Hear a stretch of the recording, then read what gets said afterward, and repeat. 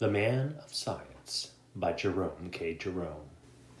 I met a man in the Strand one day that I knew very well, as I thought, though I had not seen him for years. We walked together to Charing Cross, and there we shook hands and parted. Next morning, I spoke of this meeting to a mutual friend, and then I learnt for the first time that the man had died 6 months before. The natural inference was that I had mistaken one man for another, an error that, not having a good memory for faces, I frequently fall into. What was remarkable about the matter, however, was that throughout our walk I had conversed with the man under the impression that he was the other dead man, and whether by coincidence or not, his replies had never once suggested to me my mistake. As soon as I finished, Jeffson, who had been listening very thoughtfully, asked me if I believed in spiritualism to its fullest extent. That is a rather large question, I answered. What do you mean by spiritualism to its fullest extent? Well, do you believe that the spirits of the dead have not only the power of revisiting this earth at their will, but that when here they have the power of action, or rather of exciting to action?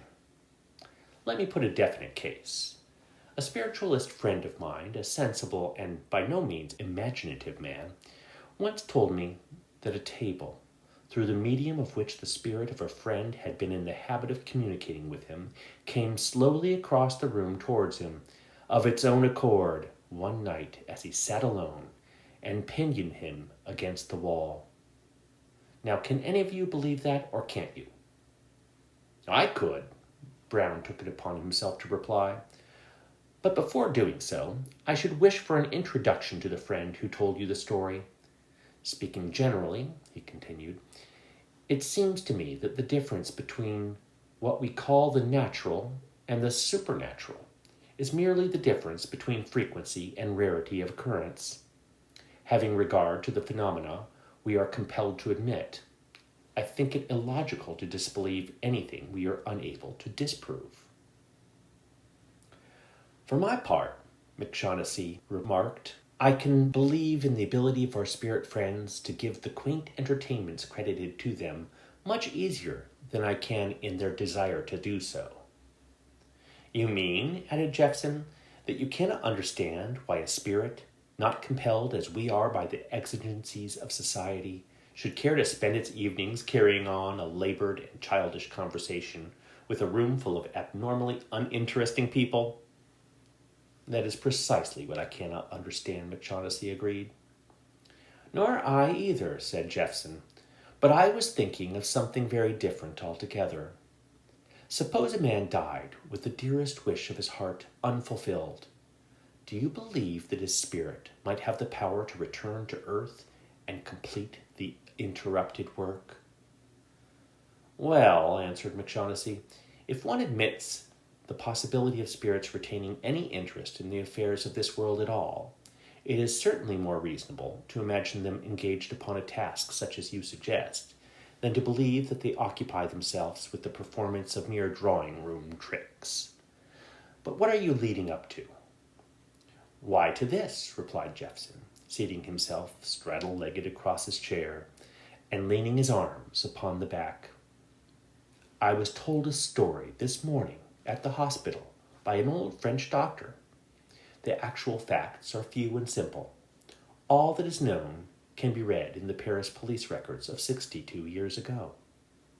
The most important part of the case, however, is the part that is not known and that will never be known. The story begins with a great wrong done by one man unto another man. What the wrong was, I do not know. I am inclined to think, however, it was connected with a woman. I think that because he who had been wronged hated him who had wronged him with a hate such as does not often burn in a man's brain unless it is fanned by the memory of a woman's breath. Still, that is only conjecture, and the point is immaterial. The man who had done the wrong fled, and the other man followed him. It became a point-to-point race, the first man having the advantage of a day's start. The course was the whole world, and the stakes were the first man's life. Travelers were few and far between in those days, and this made the trail easy to follow.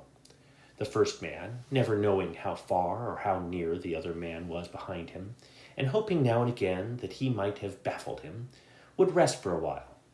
The second man, knowing always just how far the first one was before him, never paused, and thus each day the man who was spurred by hate drew nearer to the man who was spurred by fear. At this town, the answer to the never-varied question would be, "At 7 o'clock last evening, monsieur." 18 hours. Give me something to eat, quick, while the horses are being put to. At the next calculation would be 16 hours. Passing a lonely chalet, monsieur puts his head out of the window. "How long since a carriage passed this way, with a tall, fair man inside?" "Such a one passed earlier this morning, monsieur." "Thanks, drive on, 100 francs apiece, if you are through the pass before daybreak." "And what for the dead horses, monsieur?" "Twice their value when living." One day, the man who was ridden by fear looked up and saw before him the open door of a cathedral, and, passing in, knelt down and prayed. He prayed long and fervently, for men, when they are in sore straits, clutch eagerly at the straws of faith. He prayed that he might be forgiven his sin, and more important still, that he might be pardoned the consequences of his sin and be delivered from his adversary. And a few chairs from him, facing him, knelt his enemy, praying also. But the second man's prayer, being a thanksgiving merely, was short, so that when the first man raised his eyes, he saw the face of his enemy gazing at him across the chair tops with a mocking smile upon it. He made no attempt to rise, but remained kneeling, fascinated by the look of joy that shone out of the other man's eyes. And the other man moved the high-backed chairs one by one and came toward him softly. Then, just as the man who had been wronged stood beside the man who had wronged him, full of gladness that his opportunity had come, there burst from the cathedral tower a sudden clash of bells.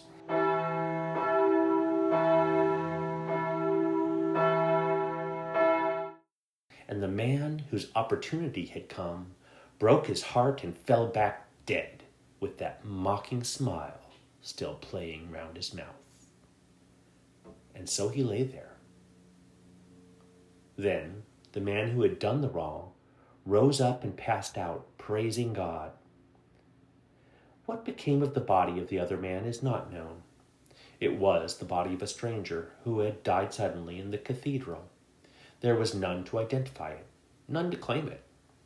Years passed away, and the survivor in the tragedy became a worthy and useful citizen, and a noted man of science. In his laboratory were many objects necessary to him in his researches, and prominent among them stood in a certain corner a human skeleton. It was a very old and much-mended skeleton, and one day the long-expected end arrived, and it tumbled to pieces. Thus it became necessary to purchase another. The man of science visited a dealer he knew, a little parchment-faced old man who kept a dingy shop, where nothing was ever sold, within the shadow of the towers of Notre Dame.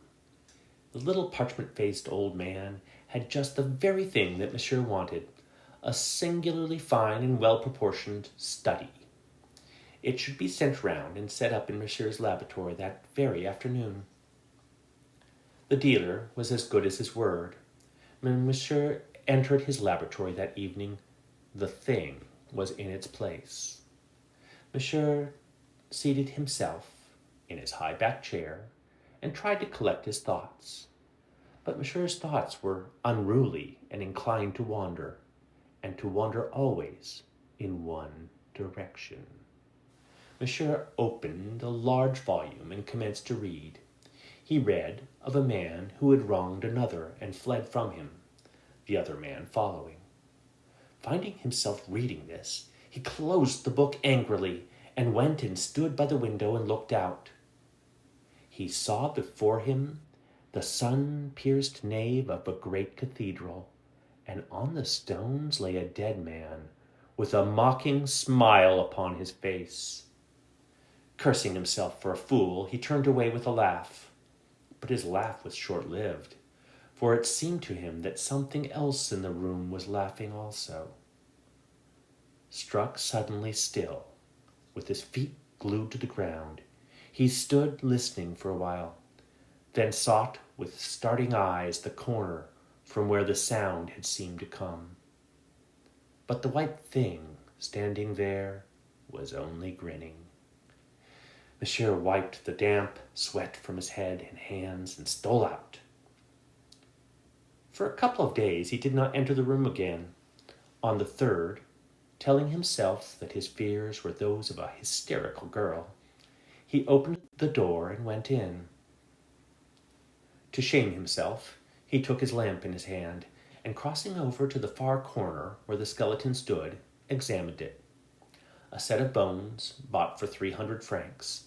Was he a child to be scared by such a bogey? He held his lamp up in front of the thing's grinning head. The flame of the lamp flickered as though a faint breath had passed over it. The man explained this to himself by saying that the walls of the house were old and cracked, and that the wind might creep in anywhere. He repeated this explanation to himself as he recrossed the room, walking backwards with his eyes fixed on the thing. When he reached his desk, he sat down and gripped the arms of his chair till his fingers turned white. He tried to work, but the empty sockets in that grinning head seemed to be drawing him toward them. He rose and battled with his inclination to fly screaming from the room. Glancing fearfully about him, his eye fell upon a high screen standing before the door. He dragged it forward and placed it between himself and the thing, so that he could not see it, nor it see him. Then he sat down again to his work.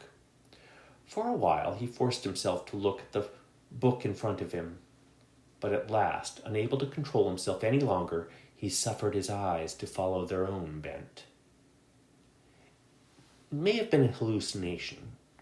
He may have accidentally placed the screen so as to favor such an illusion, but what he saw was a bony hand coming round the corner of the screen, and with a cry he fell to the floor in a swoon. The people of the house came running in, and lifting him up, carried him out and laid him upon his bed. As soon as he recovered, his first question was, where had they found the thing? Where was it when they entered the room? And when they told him they had seen it standing where it always stood, and had gone down into the room to look again because of his frenzied entreaties, and returned trying to hide their smiles, he listened to their talk about overwork and the necessity for change and rest, and said they might do with him as they would. So for many months the laboratory door remained locked. Then there came a chill autumn evening when the man of science opened it again and closed it behind him. He lighted his lamp and gathered his instruments and books around him and sat down before them in his high-backed chair, and the old terror returned to him. But this time he meant to conquer it himself. His nerves were stronger now and his brain clearer. He would fight his unreasoning fear. He crossed to the door and locked himself in, and flung the key to the other end of the room, where it fell among jars and bottles with an echoing clatter. Later on, his old housekeeper, going her final rounds, tapped at his door and wished him good night, as was her custom. She received no response at first, and growing nervous, tapped louder and called again, and at length an answering "good night" came back to her. She thought little about it at the time, but afterwards she remembered that the voice that had replied to her had been strangely grating and mechanical. Trying to describe it, she likened it to such a voice as she would imagine coming from a statue. Next morning, his door remained still locked. It was no unusual thing for him to work all night and far into the next day, so no one thought to be surprised. When, however, evening came, and yet he did not appear, his servants gathered outside the room and whispered, remembering what had happened once before. They listened but could hear no sound. They shook the door and called to him, then beat with their fists upon the wooden panels, but still no sound came from the room. Becoming alarmed, they decided to burst open the door, and after many blows it gave way and they crowded in. He sat bolt upright in his high-backed chair.